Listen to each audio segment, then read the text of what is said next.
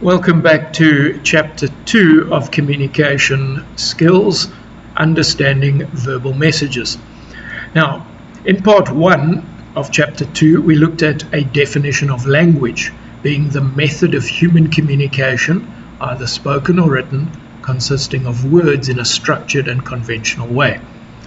So in Part 2, we're going to look at the power of words, and I have 3 questions that I want you to consider. Do words have power? Can words heal or hurt? And do you think words affect us? Important questions. So in looking at these questions, I'm going to make 3 statements.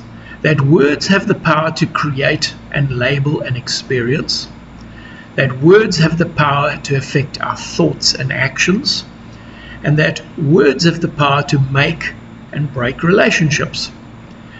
Are these 3 statements true? Let's consider each one of these.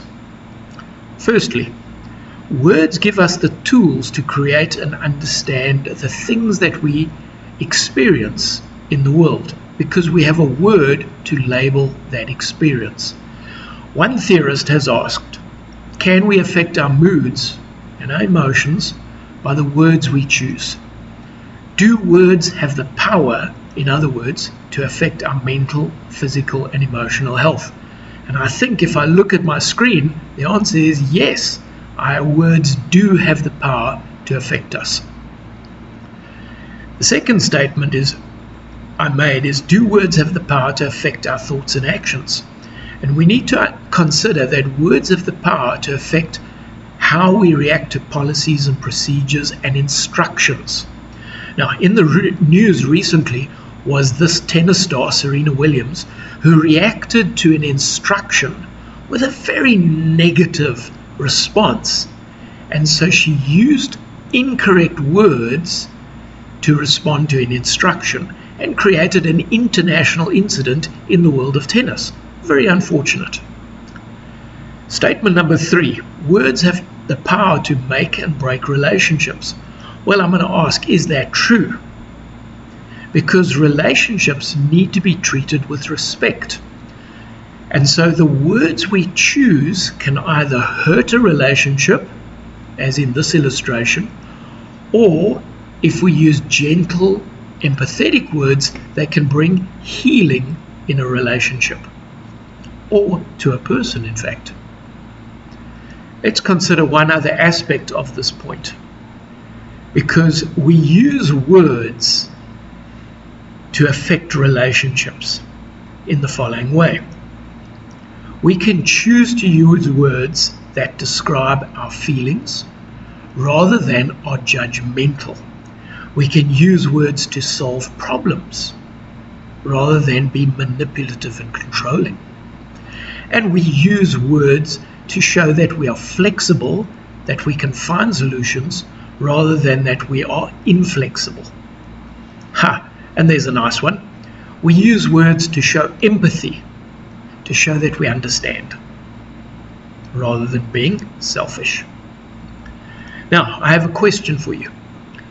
If all of these statements are true, and we've looked at reasons why they're true, how can we find a way to describe our feelings rather than be cold and judgmental? So the method we're going to show you is called a you and an I message. Now, what is a you message? Well, a you message is when you accuse someone. You made a mistake, you did this wrong, you caused the accident. You confront or you accuse and you blame, and it closes down conversation. It creates a power struggle because the other person needs to defend themselves, or they feel pressed to defend themselves. So what is an alternative to a you message? And that is what we call an I message in communication. An I message tells the other person how you feel. I feel really hurt because you forgot my birthday. An I message takes ownership of your own feelings instead of blaming the other person. You made me angry. You rather say, I really felt angry when you forgot to pick me up and I had to wait 2 hours until I could get a taxi. An iMessage shares the effect the other person's behavior has on you.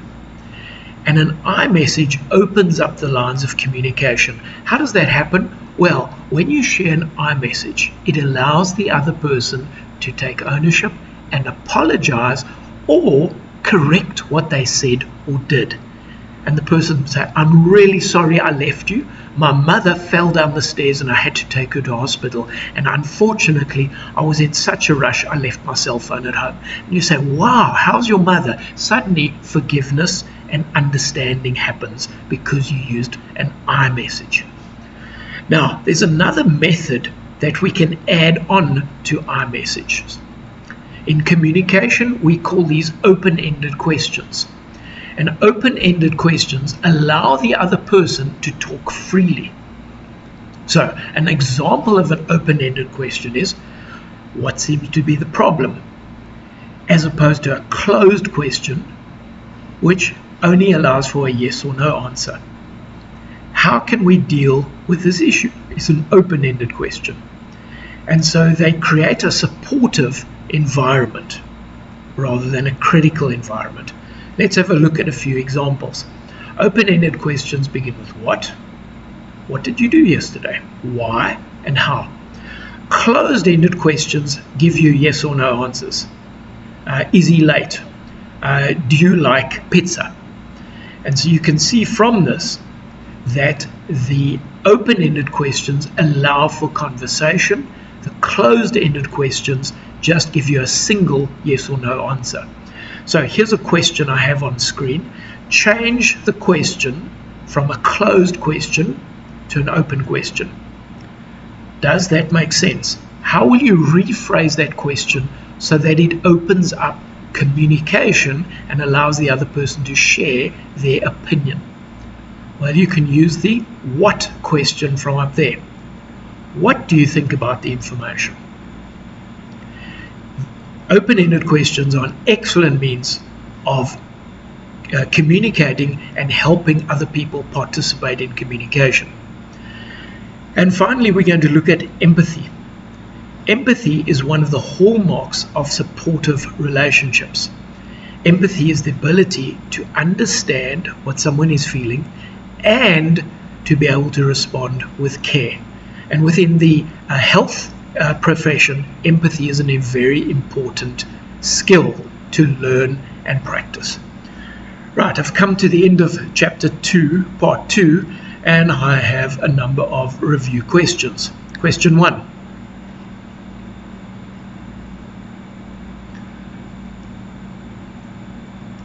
Two, true or false? And it's true. Empathy